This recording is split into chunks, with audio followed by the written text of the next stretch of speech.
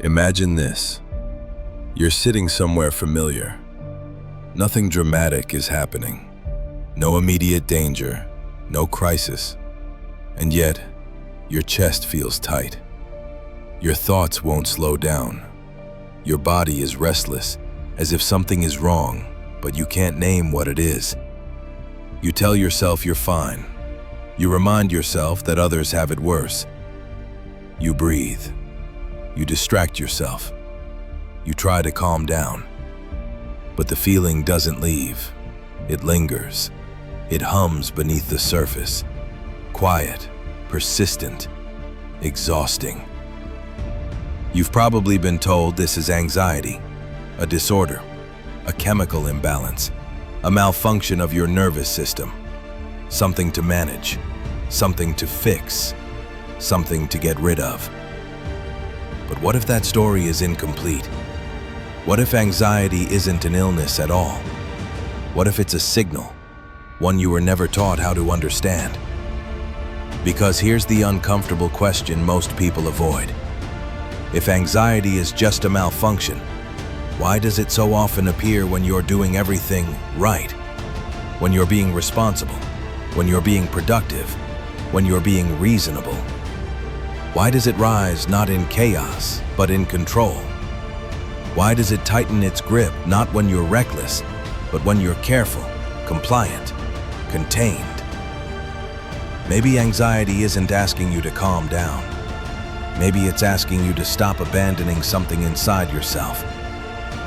You were taught that a good life is stable, predictable, safe, that desire is dangerous, that wanting more is selfish, that discomfort means something is wrong.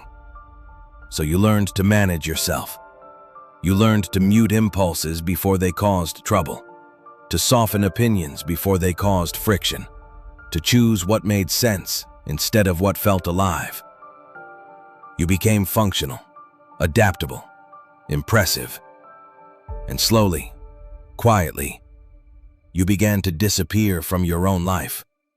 Not all at once, not dramatically, just enough to survive. And that's when anxiety begins, not as an enemy, but as friction. Because the psyche doesn't erase desire, it buries it. And buried desire doesn't die. It presses, it leaks, it finds other exits. Through the body, through tension, through racing thoughts and sleepless nights.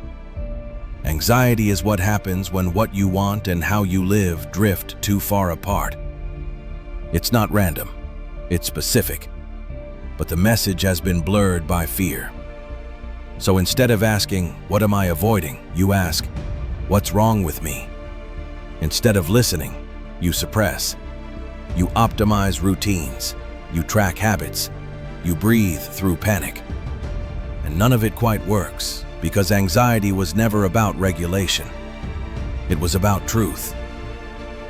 Carl Jung once warned that what we deny within ourselves doesn't disappear. It becomes fate. Anxiety is often that fate knocking. It's the psyche saying, you can't keep living someone else's life without consequences.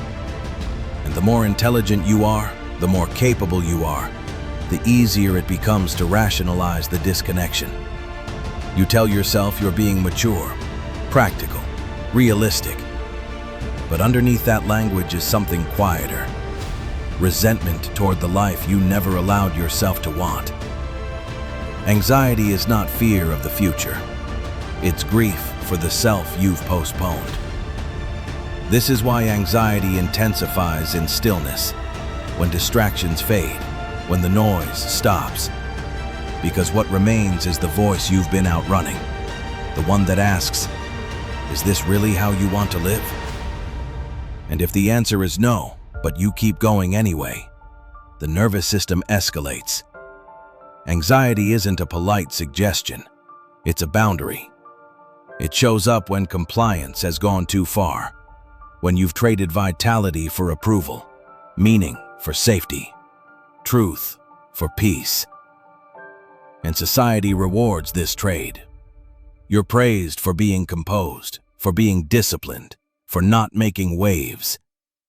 No one applauds your repression, but your body keeps the score. So anxiety emerges not to destroy you, but to interrupt you. It's the internal resistance to a life lived half alive.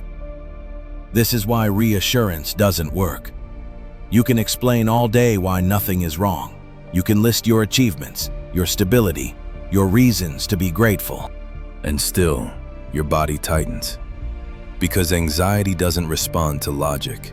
It responds to alignment. You were never meant to eliminate desire. You were meant to integrate it. But integration requires courage. It means risking disappointment, conflict, uncertainty. It means admitting that something inside you wants more. Not more stimulation, not more success, but more honesty. And honesty is destabilizing. So instead, many people medicate the signal. They quiet the alarm without checking the fire. Again, this doesn't mean medication is wrong. It means medication can't replace meaning. It can create space, but if nothing truthful enters that space, anxiety returns stronger. Because suppression always leaks into perfectionism, into control, into chronic tension. You become hyper-responsible, hyper-aware, hyper-self-monitoring.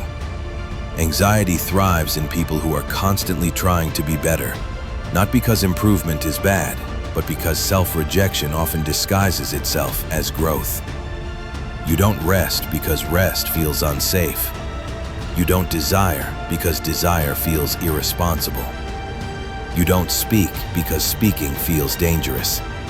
And the cost of this restraint accumulates, quietly, until the body intervenes. This is where most people misunderstand healing. They think healing means calm, but calm without truth is numbness. Real healing looks different. It feels shaky at first, because it involves letting yourself want again. Not impulsively, not recklessly, but honestly. It means asking uncomfortable questions. What have I been avoiding because it might disappoint others? What have I been calling anxiety that's actually suppressed longing? What part of me is still waiting for permission? Anxiety begins to soften when you stop fighting it, when you stop treating it as a defect and start treating it as information. Not every anxious impulse needs to be acted on, but every anxious signal deserves to be understood. And when you listen, not just intellectually, but emotionally, something shifts. Anxiety becomes quieter, more precise, less overwhelming, because it no longer needs to scream. You are responding. This is why people who change their lives in small but truthful ways often report something surprising. Their anxiety doesn't vanish overnight, but it loses its authority, because they are no longer divided inside. They are no longer living at odds with themselves. They stop abandoning their own experience. And that internal loyalty does something profound to the nervous system. It relaxes. Not because life becomes easy, but because life becomes coherent. This is the final truth most people never hear. Anxiety was never trying to harm you. It was trying to protect your unlived life. Not your comfort, not your image, not the version of you that learned how to survive, but the version of you that still wants to exist fully. Anxiety is what happens when that part runs out of patience. It is the body saying, if you won't listen consciously, I'll speak biologically. And when you finally listen, when you stop asking how to get rid of anxiety and start asking what it's asking of you, you don't become fearless. You become aligned. You feel fear without paralysis, desire without shame, uncertainty without collapse. And slowly, quietly, anxiety steps back. Not because it was defeated, but because it fulfilled its purpose. It delivered the message, and you were finally brave enough to hear it.